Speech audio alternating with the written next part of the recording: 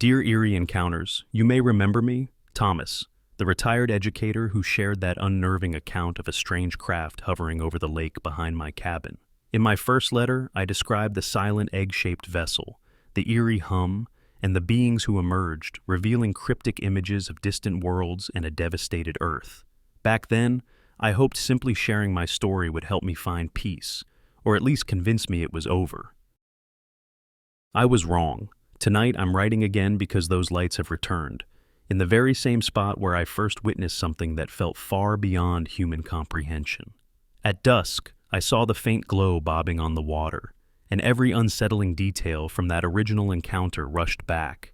The egg-shaped craft, the strange markings, and that overwhelming sense of being observed by something far older and more powerful than I could fathom.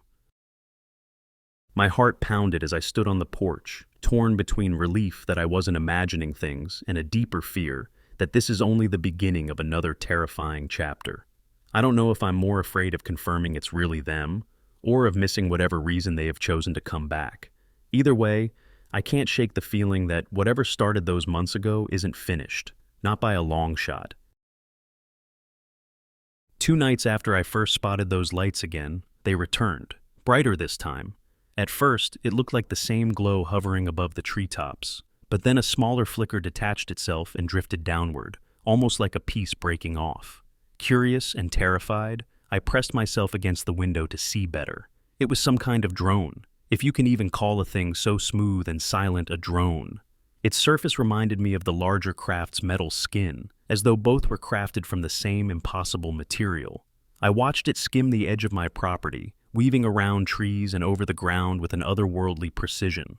Wherever it passed, the bark on the nearest trunks charred and smoked, leaving dark, blistered marks in its wake. A part of me wanted to rush outside and confront it, yell at it to leave, but the rest of me screamed to remain hidden. My heart hammered in my chest as I peered through a gap in the curtain, torn between the urge to run and the pull of a curiosity I couldn't quite stifle. It moved so deliberately, scanning every inch of the yard, as though cataloging details only it could decipher. When it finally drifted away and rose back into the glare of the main craft overhead, I let out a breath I hadn't realized I was holding. I still don't know what it was searching for, or if, somehow, it was searching for me. But one thing is clear. It has the power to leave its mark, and I'm afraid that might be just the beginning.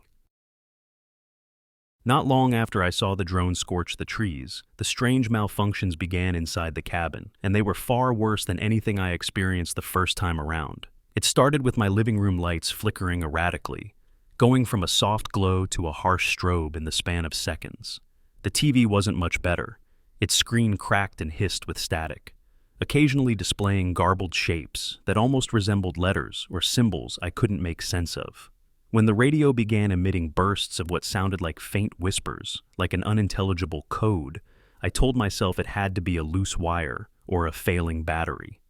I changed out every fuse, tested each outlet, and replaced the batteries in every device that used them.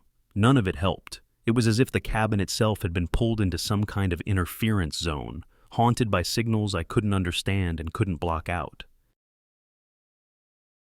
Late last night, I noticed my computer's screen warping with distorted text.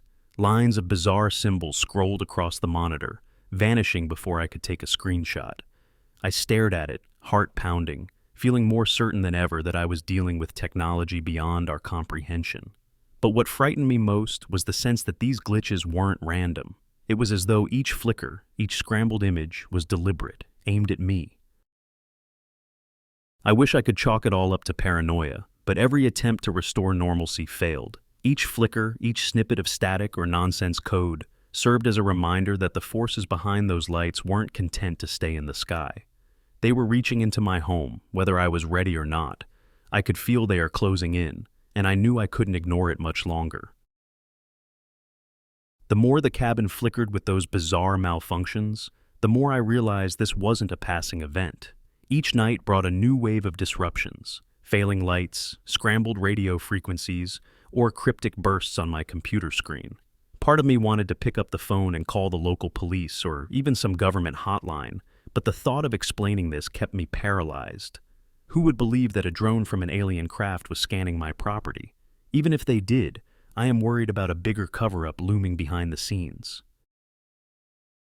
Against my better judgment, I dug out the journal I'd started after my first encounter. I reread every shaky entry detailing that silent craft and the images it forced into my mind. Distant worlds, cryptic symbols, and that overwhelming sense that they were far beyond our understanding. Comparing those notes to what I was facing now only confirmed my growing suspicion. The craft's return wasn't random. They, or it, had come back for a reason. Late one evening, as the lights flickered yet again, I caught a glimpse of my reflection in the darkened TV screen. Eyes wild, shoulders tense, like a man driven to the edge by something no one else would ever believe. The logical educator in me said to keep gathering evidence, maybe record the glitches or the drone's hums on my phone, but each day that passed chipped away at my sense of normalcy. I became convinced that if I didn't do something soon, didn't confront whatever was behind those lights, I might never escape the hold they had on me. With that final thought, I decided to take action. I didn't know exactly how, but one thing was certain. I couldn't just sit in that flickering cabin, waiting for the next sign. Something had to give. Somewhere, between exhaustion and desperation, I found myself standing by the dock just after midnight, gripping a flashlight like it was the only thing tethering me to my sanity. The flickering lights in my cabin and those scorched patterns on the trees had become too much.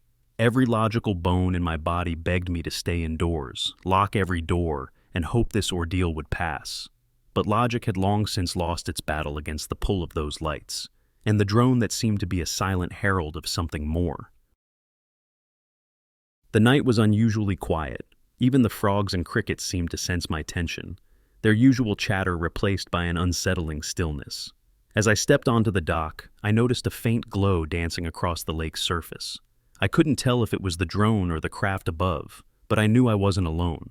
About 10 yards from shore, the glow intensified, shifting in shape like it was forming intricate symbols in midair. At times, it almost looked like writing, alien and methodical. My heart pounded so loud I could feel it in my ears. Should I shine my flashlight at it, wave, call out, or simply watch? Every second I hesitated felt like an eternity, teetering between paralyzing fear and an inexplicable urge to push forward. I took one more step toward the water, my flashlight quivering in my grip, when the glowing pattern spread outward. It was so bright I had to shield my eyes. It felt like some sort of invitation, or warning, I couldn't tell which. In that moment, I had to decide, call out to it, maybe try to capture evidence with my phone, or back away before things escalated. I wish I could say I knew the right move to make, but standing there, caught in the pale glow radiating from the lake, all I knew was that I was dangerously close to the edge, of understanding, of terror, or maybe both. And in the stillness of that night, every nerve in my body told me the time for Halfmeasures was over. I wish I could tell you things have calmed down since that night, that my suspicions were all in my head. Unfortunately, I am not delusional. Yes, strange anyone would say that about themselves. Last night confirmed it again. I was out by the dock, staring at the water in a restless daze, when a low whir drifted through the air, so faint I nearly convinced myself I was imagining it. But then I saw it, the same small drone-like device, hovering just above the tree line. Its lights pulsed in a pattern almost too fast to follow, creating strange, dancing reflections across the lake. My heart thumped in my ears as I watched, unable to move. The drone drifted closer, rotating slowly as though it was surveying me. Then, in a flash, the darkness lit up with an intense white glare, cutting through the night like lightning. Instinctively, I closed my eyes. That's when someone, projected into my mind again. Except this time, it wasn't fragments of alien worlds or cryptic symbols. It felt more urgent, like a plea or a final warning. The light vanished as abruptly as it appeared. When I opened my eyes, the drone was gone. No hum, no trace left behind. I stood there, my legs shaking, my breath coming in shallow gasps. It felt as if time had stopped, and I'd stepped out of a dream. But the tingling in my skull told me this was more than imagination. Did they communicate something crucial at the last moment? Some cosmic secret I'm supposed to unravel? Or have they finished what they came here to do, leaving me alone with a terrifying new burden? I don't know, and I'm not sure I'll ever find out. All I can say is that whatever purpose they had in returning, it isn't over. I can feel it in every chill that runs down my spine, in every flicker of the lights outside my window. This is bigger than me, bigger than my quiet life by the lake. I can only hope that by sharing these words, someone out there will piece it together, or at least believe me enough to take it seriously. Because if they come back again, I fear the next encounter may reveal a truth none of us are ready to face. Until then, your friend from the lake, Thomas. If you found this story intriguing, don't forget to like the video, subscribe to our channel, and hit the bell icon so you never miss our latest uploads. Share your thoughts in the comments. We'd love to hear your take. Thanks for watching.